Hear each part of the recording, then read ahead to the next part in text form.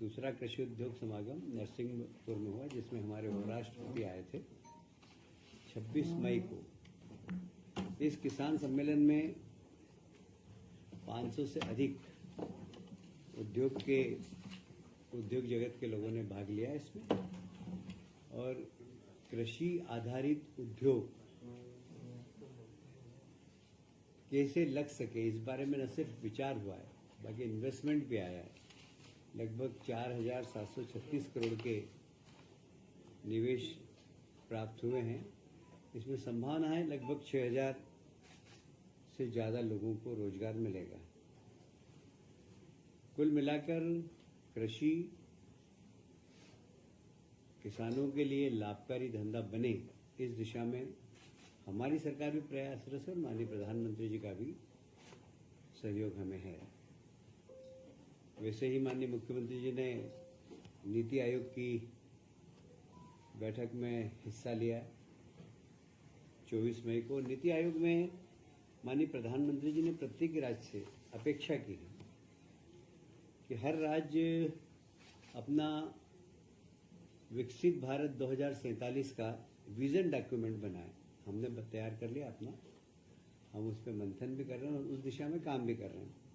बाकी सभी राज्यों से उन्होंने अपेक्षा की है कि 2047 का विजन डॉक्यूमेंट बनाना चाहिए, और जो एक अपेक्षा है कि 2047 में भारत एक ताकतवर देश बने विश्व का, उसमें हर राज्य किस प्रकार सहयोग कर सकता है उस प्रकार का आप लोग प्लान बनाइए।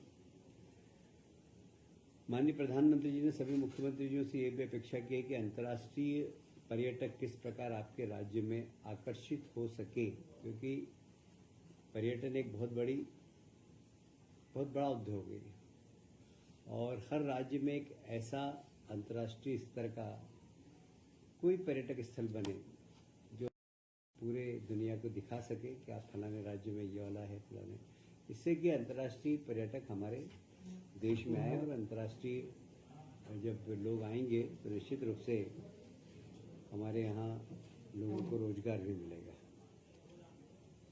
वैसे ही आज के समय में निवेश आकर्षित करने के लिए हमारी सरकार बड़ी प्रयास कर ही रही है। प्रधानमंत्री जी ने सभी राज्यों से अपेक्षा की है कि निवेश अनुकूल चार्टर बने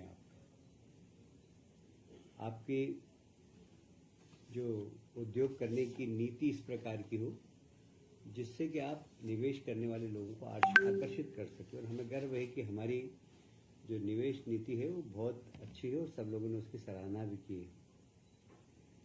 जल संसाधन के प्रभावी उपयोग के लिए ये बड़ा महत्वपूर्ण विषय है जो प्रधानमंत्री जी ने सभी माननीय मुख्यमंत्रियों जी से अपेक्षा की है कि जल संसाधन के प्रभावी उपयोग के लिए राज्य स्तर पर नदी ग्रिड बनाने की दिशा में कार्य किया जाए। हम लोग इस दिशा में काम कर ही रहे हैं। आपको मालूम है नदी जोड़ो अभियान के अंतर्गत हमने बहुत सारी नदियों को जोड़ा है और मालवा रीजन में जितनी भी हमारी गंगा बेसिन की नदियाँ हैं उन सबको हमने भी जोड़ने का काम किया ही है। वैसे ही 2 टियर और 3 टियर शहर है, उसकी चिंता अभी से करें आप। वहाँ पर योजनाबद्ध तरीके से उस शहर का नियोजन हो। तो क्या होता है कि लोग सिर्फ मेट्रो सिटी तक ध्यान देते हैं और 2 टियर और 3 टियर सिटी पर ध्यान नहीं देते हैं। तो माननीय प्रधानमंत्री जी ने सभी राज्यों के मुख्यमंत्री जी से अपेक्षा की है कि 2 टियर और 3 टियर सिटी को भी मास्टर प्लान बनाकर उनको ठीक तरीके से नियोजन की कार्रवाई अभी से प्रारंभ करें। भविष्य में जैसे ही हमारी जनसंख्या बढ़े तो वहाँ पर भी लोग अच्छे नियोजित शहर में रह सकें। नारी सशक्तिकरण, आप सभी जानते हैं कि हमने माता अहिल्या जी के 300 वर्ष पूरे होने पर राजवाड़ा पर कैबिनेट की मीटिंग भी की थी और बहुत अच्छे निर्णय भी लिए हों नारी सशक्तिकरण के लिए, और लगातार हमारे नारी सशक्तिकरण के लिए कार्यक्रम भी चल रहे हैं। तो प्रधानमंत्री जी ने अपेक्षा की है कि सभी राज्य नारी सशक्तिकरण की दिशा में कार्य करें। 3 जून को मंत्रिमंडल की बैठक है पचमढ़ी में। राजा भगवत सिंह जी जो कि पूरे नर्मदा रीजन के शिवाजी माने जाते थे, वो गुरिल्ला युद्ध के माध्यम से ब्रिटिशों को उन्होंने बहुत परेशान किया।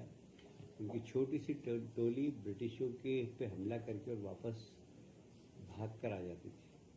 पचमढ़ी के जागीरदार के बेटे थे ये, और इन्होंने स्वतंत्रता संग्राम सेनानी भी हैं। इन्होंने बहुत ज़बरदस्त ब्रिटिशों को उनके नाक में दम कर दिया था, क्योंकि जंगल के रास्ते ब्रिटिश सरकार को पता नहीं था, ब्रिटिश सैनिकों को पता नहीं था। और ये दोनों तरफ से, मैंने जब इनके बारे में पढ़ा था भगत सिंह जी के बारे में, तो ये बड़ी बड़ी लाखों की हजारों की सेना को, कुछ सैकड़ों लोग दो तरफ से घेर के मारते थे। वो मार के वापस जंगल में भग जाते थे और ब्रिटिश सेना अंदर घुस नहीं पाती थी। यदि कुछ लोग घुस गए तो उनकी फिर पिटाई जंगल के अंदर हो जाती थी, तो वापस भाग नहीं पाते थे वो। तो इस प्रकार उन्होंने गुरिल्ला युद्ध लड़ा था। और उनके प्रति सम्मान प्रकट करने के लिए हम 3 जून को मंत्रिपरिषद की बैठक पचमढ़ी में आयोजित कर रहे हैं। महिला सशक्तिकरण की दिशा में, जैसे अभी मैंने बताया आपको कि हमारी राजबाड़े पर बैठक आयोजित हुई थी इंदौर के अहिल्या माता की 300 जयंती के अवसर पर, वैसे ही अभी 27 मई को संपूर्ण मध्य प्रदेश में और निजी महाविद्यालयों में भी, महाविद्यालय, सभी शासकीय महाविद्यालय, सभी निजी विद्यालय में देवी अहिल्याबाई जीवन और दर्शन विषय पर चित्रकला, निबंध प्रतियोगिता एवं भाषण प्रतियोगिता का आयोजन करने के निर्देश दिए गए हैं। 28 मई को जिला बैतूल में राज्य स्तरीय महिला उद्यमी मेले का भी आयोजन कर रहे हैं हम लोग। ऐसे 29 मई को सभी जिलों में भी कहा गया, पर विशेष रूप से छतरपुर में महिला स्वास्थ्य शिविर का आयोजन है। बाकी भी प्रदेश में कहा गया है कि अभी जहाँ जहाँ संभव हो सके महिलाओं के स्वास्थ्य शिविर लगाकर महिलाओं के स्वास्थ्य के बारे में उनको अवेयरनेस लाएं। 30 मई को संपूर्ण ब्लॉक स्तर पर भी विशेष स्वास्थ्य शिविर का आयोजन है। विशेषकर ब्रेस्ट कैंसर की स्क्रीनिंग करने का कुछ मशीनें हैं, उनके माध्यम से महिलाओं का ब्रेस्ट कैंसर की भी हम लोग जांच कर रहे हैं, क्योंकि महिलाएं संकोच करती हैं ब्रेस्ट कैंसर की जांच कराने में। और ऐसा माना गया है कि एशिया के अंदर 10 में से 1 महिला को ब्रेस्ट कैंसर की संभावना है, और इसलिए इसको टारगेट करके महिलाओं के ब्रेस्ट कैंसर की जांच करें। साथ ही हीमोग्लोबिन की जांच करना है, पोषण सलाह, स्त्री रोग विशेषज्ञ से परामर्श, ये सब महिलाओं के ब्लॉक स्तर पर स्वास्थ्य परीक्षण हो। 30 मई को संपूर्ण प्रदेश में अहिल्या वाहिनी महिला बाइक रैली निकलेगी, जिसमें मुख्यमंत्री जी भी इस बार भाग लेने वाले हैं भोपाल में, और सभी जिलों में 30 तारीख को महिलाओं की महिला अहिल्या वाहिनी महिला बाइक रैली निकलेगी। 31 मई को आप सभी जानते हैं हमारे देश के यशस्वी प्रधानमंत्री नरेंद्र मोदी जी आ रहे हैं और महिला सशक्तिकरण का महासम्मेलन करने वाले हैं, तो उसकी भी हम लोग तैयारी जोर शोर से कर रहे हैं। उसके साथ ही वे मेट्रो रेल का उद्घाटन तो करेंगे ही 31 तारीख को।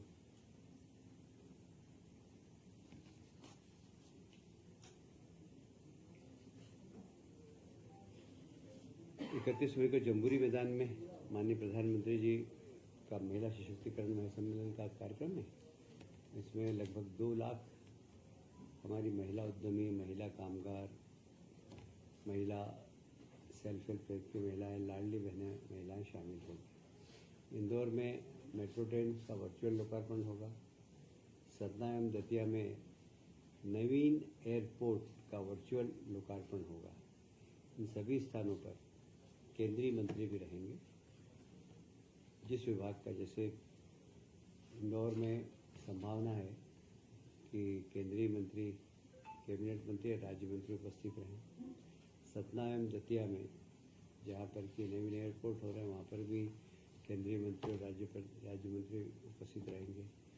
उज्जैन में शिप्रा नदी का घाट का वर्चुअल भूमि पूजन होगा, वहाँ पर भी हमारे राज्य के मंत्री भी रहेंगे और केंद्रीय कोई मंत्री वहाँ पर आकर सम्मिलित करेंगे।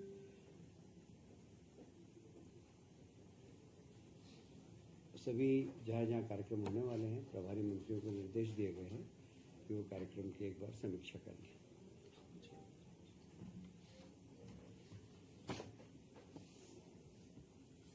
एक बहुत महत्वपूर्ण निर्णय और प्रधानमंत्री जी ने लिया है कि देश के सभी जिलों में 4 वैज्ञानिक कृषि वैज्ञानिक भेजेंगे। ICAR के माध्यम से 4 वैज्ञानिक आएंगे।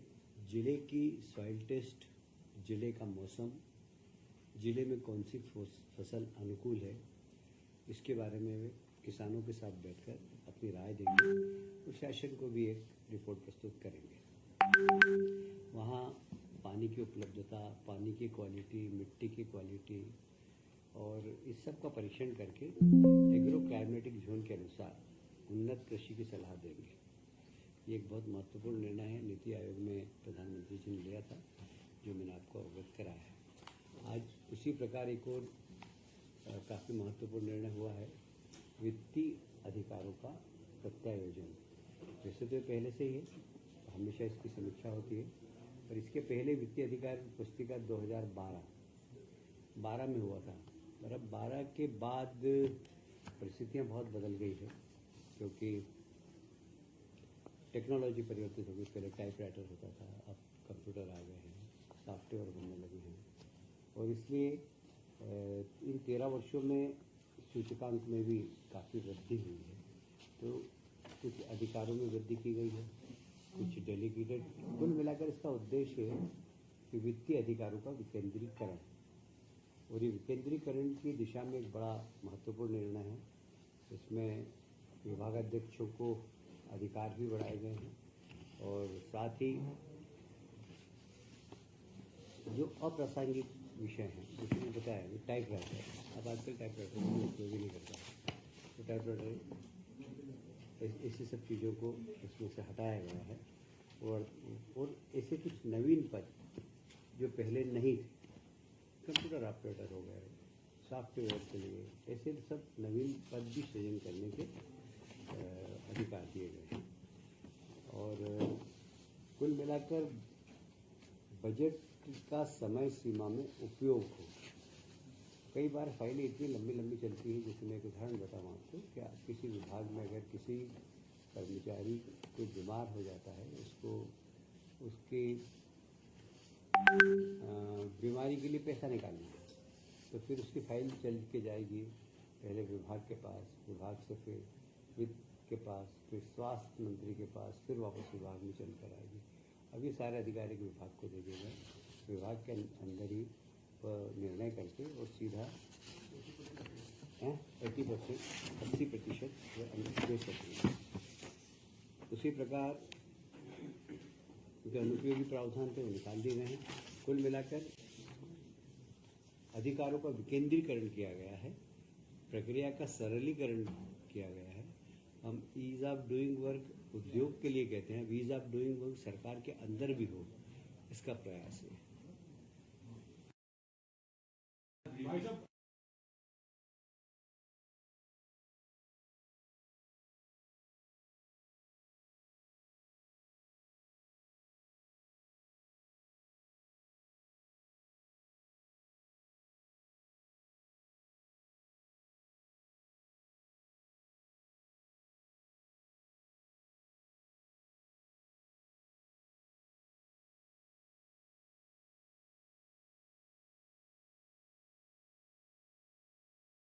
परेशान मत होइए।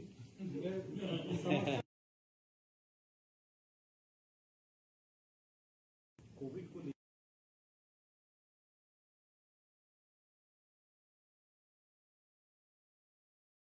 सभी को, और केंद्र सरकार ने भी सबको अलर्ट कर दिया।